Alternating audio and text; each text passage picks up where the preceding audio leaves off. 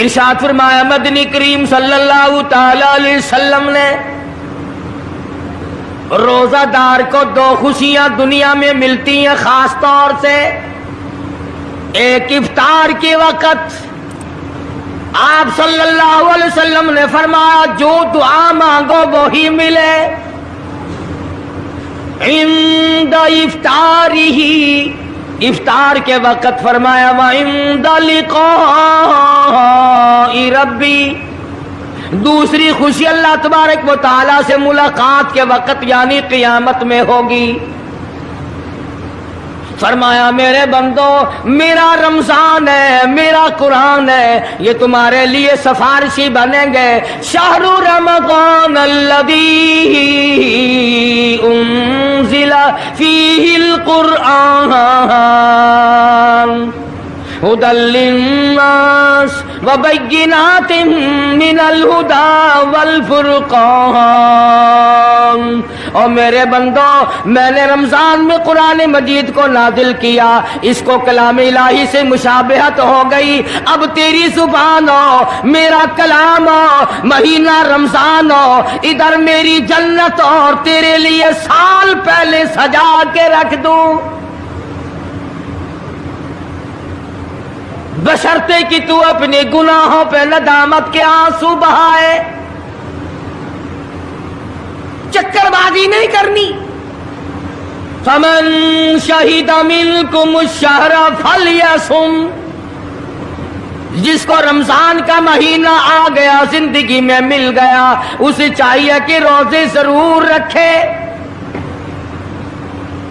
اگر کسی بیماری کی وجہ سے روزہ نہیں رکھ سکا، کسی شرعی عذر کی بنا پر روزہ چھوڑ دیا، سیدنا علی مرتضی رضی اللہ تعالیٰ عنہ فرماتے ہیں جس نے رمضان کا روزہ ایک روزہ چھوڑ دیا، کسی عذر کی وجہ سے چھوڑا، سفر کی وجہ سے چھوڑا، یا عورت نے مینٹلی کورس کی وجہ سے چھوڑا، یا کسی اور عذر کی وجہ سے چھوڑا، حضرت علی فرماتے ہیں رمضان کا ایک روزہ جو چھوڑ دیا 100 سال تک برابر روزے رکھتا جائے، رکھتا جائے، رکھتا جائے. ایک روزے کا بدلہ 100 سال کے روزے نہیں ہو سکتے.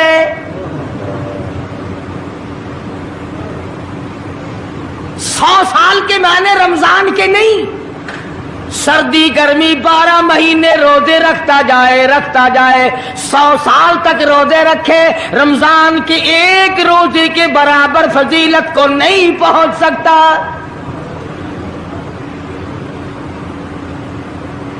آج تو کئی مرد کہہ دیتے ہیں میرا دل گھٹتا ہے، عورتیں کہتی ہیں دل گھٹتا ہے. میں کہتا ہوں آج گرمی کی وجہ سے دل گھٹتا ہے، کل قبر میں کیا گھٹے گا؟ جہاں کوئی ہوا نہیں، کوئی پنکھا نہیں، کوئی ایئر کنڈیشن نہیں، چاروں طرف سے بند، لاکھوں من مٹی کے نیچے لیٹنا،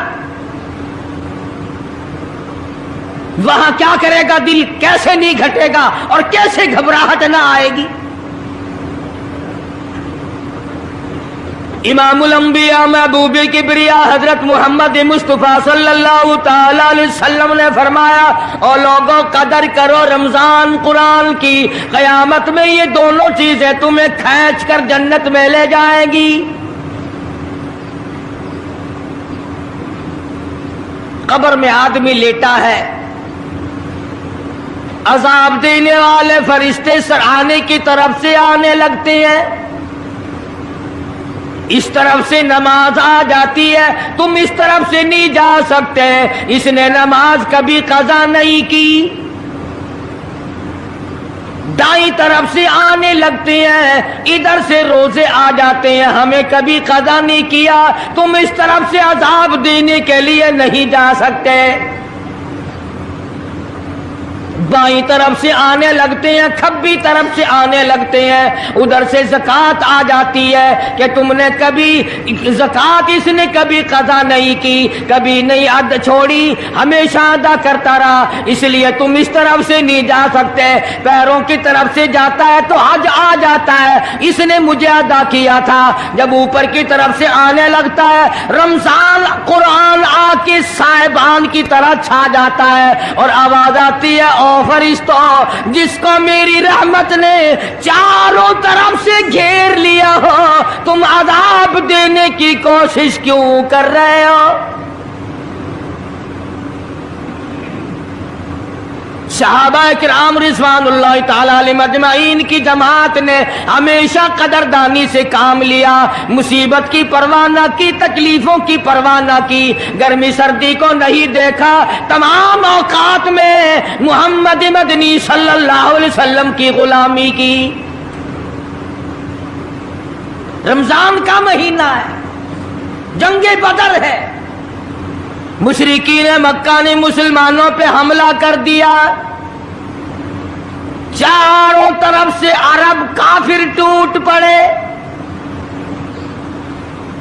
हजारों जवान आया, घोड़े तलवारें लेकर आए, इधर काली कमली वाले सल्लल्लाहु अलैहि वसल्लम के दामन में सिर्फ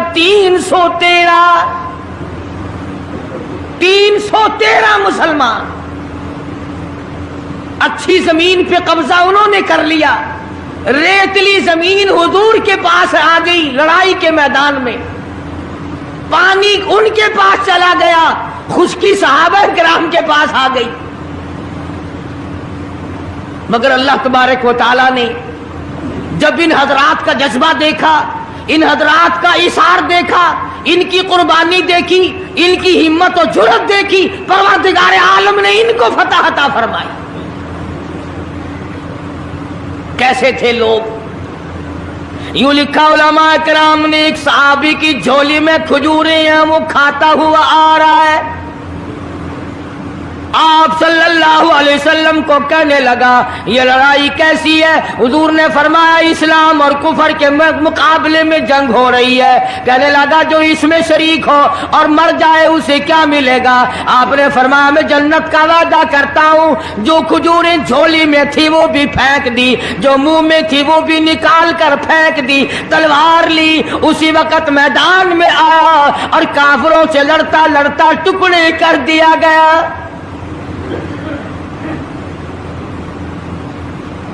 ये हजरात कभी गर्मी सर्दी को नहीं देखा करते थे, आज बहाने बनाते हैं लोग, मुझे फुला बीमारी है, मुझे फुलानी बीमारी है।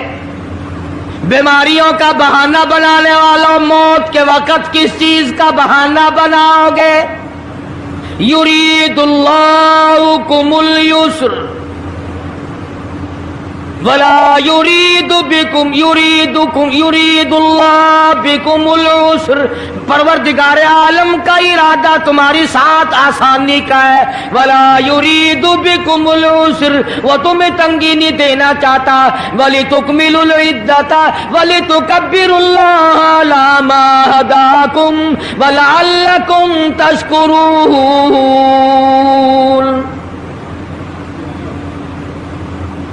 अल्लाह पाक जो कहता है कि पानी ना पियो, खाना ना खाओ, बीवी के पास ना जाओ, अल्लाह मियाँ का इसमें क्या फायदा? पानी ना पियो तो कौन सा पानी बढ़ जाएगा? थोड़ा पानी सारा दिन बहाते हैं हम।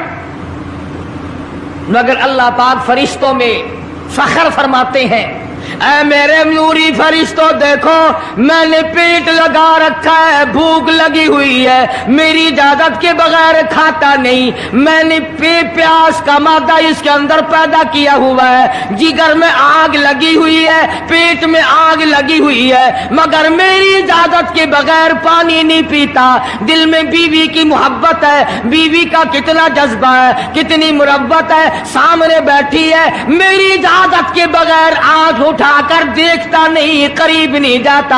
और फरिश्तों गवाह हो जाओ, जो मेरी इजाजत के बगैर पानी ना पिए, जो मेरी इजाजत के बगैर खाना ना खाए, जो मेरी इजाजत के बगैर अपनी बीवी को ना देखे, और मेरे फरिश्तों गवाह हो जाओ मैंने इन सब पर जन्नत वाजिब कर दी।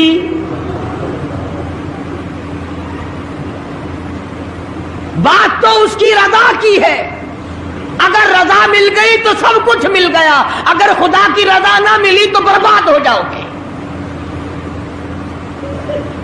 اپنی اپنی زندگی کا اپنی اپنی عمر کا حساب تو لگاؤ، سوا اس کے اور کیا کہو گی؟ عمر ساری گناہوں میں برباد کی، عمر ساری گناہوں میں برباد کی، ہائے افسوس خاطر